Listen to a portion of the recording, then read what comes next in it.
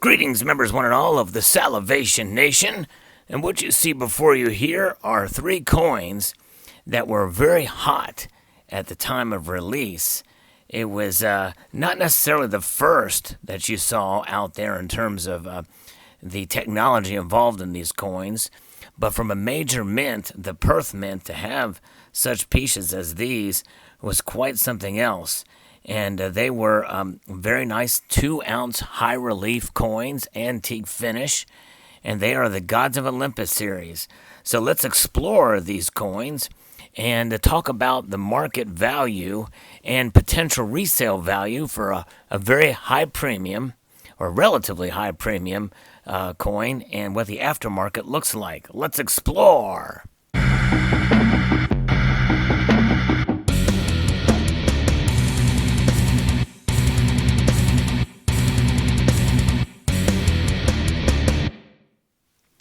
Yes, indeed. These are the coins, and this is the packaging.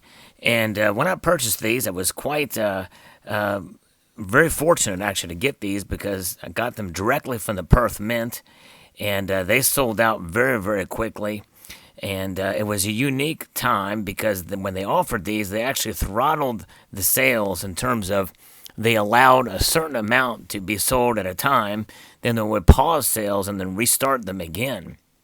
But I paid approximately, I'm going to say, about $170 a piece, if I'm not mistaken. I probably should have kept the paperwork, but I'm thinking about, because of the size of these boxes, and because I really haven't looked at them in a while, I figured I'm going to try to sell these and maybe get gold with it in time. But we'll see what happens.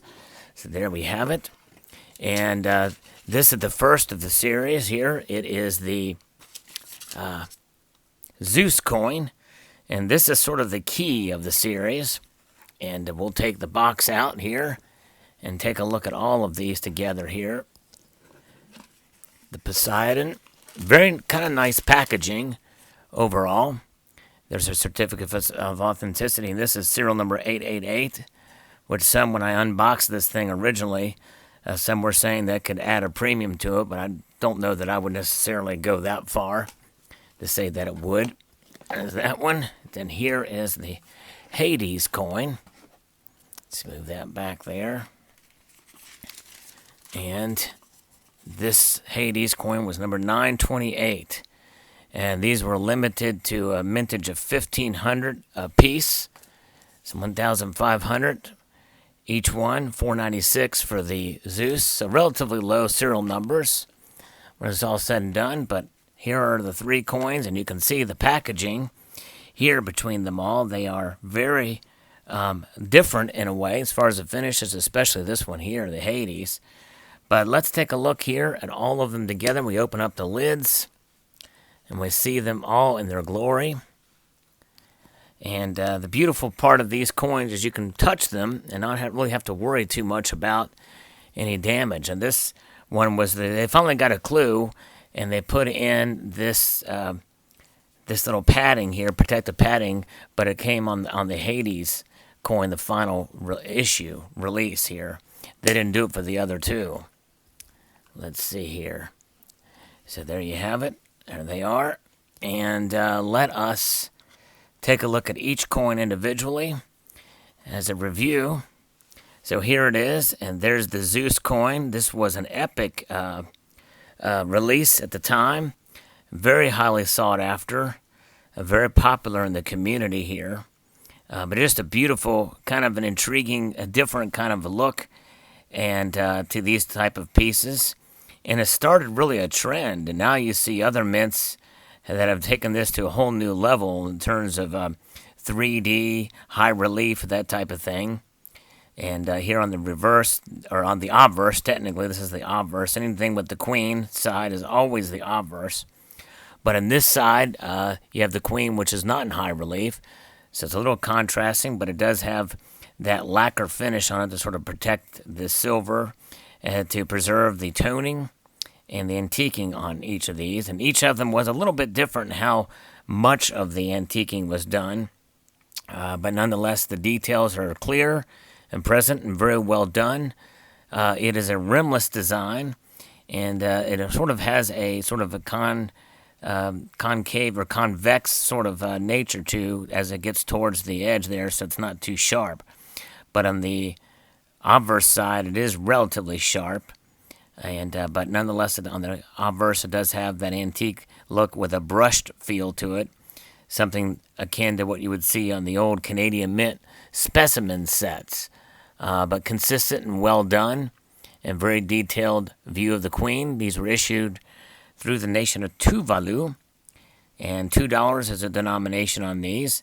And this one here is the key to the series, and I don't think that they were marked on the edge with a number. I think the serial number was solely on the certificate of authenticity, but number 496, that's a pretty low number there. So there you have it. There is the Zeus.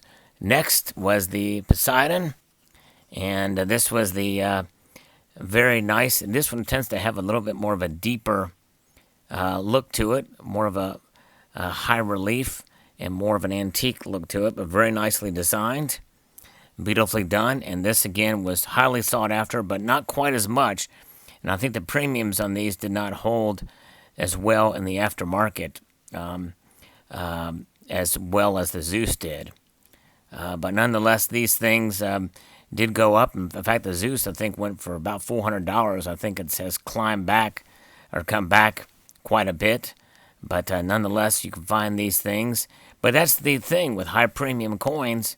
You don't know what's going to happen in the aftermarket. You buy these things, they're beautiful. I bought them as a collector, and I've come to the realization that I'm not sure that I want to hold on to them, mainly because of storage, really, more than anything, but also I've been more trying to make a move into gold. But I thought I'd show these things before I take them as an experiment. I'm not sure if I'm going to sell them or not, to see if my local coin shop might be interested in these. The Poseidon does have more of a sharper edge here, and it's still rimless, but it comes together a little bit differently. I think a little bit different look than the Zeus coin. And there's that. Finally, we have the Hades coin, which we think has the real potential to be really a gnarly looking coin, but this one looks like he's literally sitting on a toilet taking a dump, just waiting it out. It's the cheesiest of the three. The dogs are pretty cool in it. A three-headed dog, maybe. I think that might be a three-headed dog. And the throne looks pretty cool, but he's just kind of stooped over. Looks like he's dropping a deuce. But it does kind of harken back to a little bit of that rounded edge to some degree. But otherwise, this one, by the time this coin came out, the series had kind of lost a little bit of its luster. Not that they had any luster because it's antique, but it still did well and was popular. But I think this one didn't sell out quite as fast. The Hades coin. Very cool. All right. And, it's fascinating. It's interesting to see how these things have come and now they're all but forgotten. Many new stackers and collectors have joined the community since then. In fact, the people that were around back then, a lot of them you don't hear from as much or hardly at all. Some of you may remember my unboxings of these, but probably very, very few of you remember my unboxings of these. They're still on the interwebs here on YouTube. But after this series, the Perth Mint went and did a Goddesses of Olympus too, a Goddess series. And they didn't do nearly as well. But in the end, the key is this coin here, the Zeus is the key in the set. But very, very nice, very cool pieces indeed. Let's take these coins out and put them all together and take a look at them and see how they look together here. There they are, the Gods of Olympus series. Very cool and beautiful coins. Now that I have them out looking at them, part of me doesn't want to sell them. But who knows? they may offer me too little for them. I'd like to get at least what I paid for them, but who knows? I don't know really. I'm going to test the market at the LCS and see. Usually the LCSs won't, but I did talk to them before bringing them in. They said they were interested in looking at them, and they may have a market for them. So if they have a market to sell them and flip them and move them on their end, then who knows? I may make some money on them. We'll find out. We shall see. I will report back and see what happens in this regard. But they're fascinating coins. I'll post a question below, and you can post it in the comments section. If I don't sell them there, and I don't really typically sell to the community, but I have another avenue to do it. But how many of you would be interested in high premium coins of this nature, or these specifically? And what would you pay for them?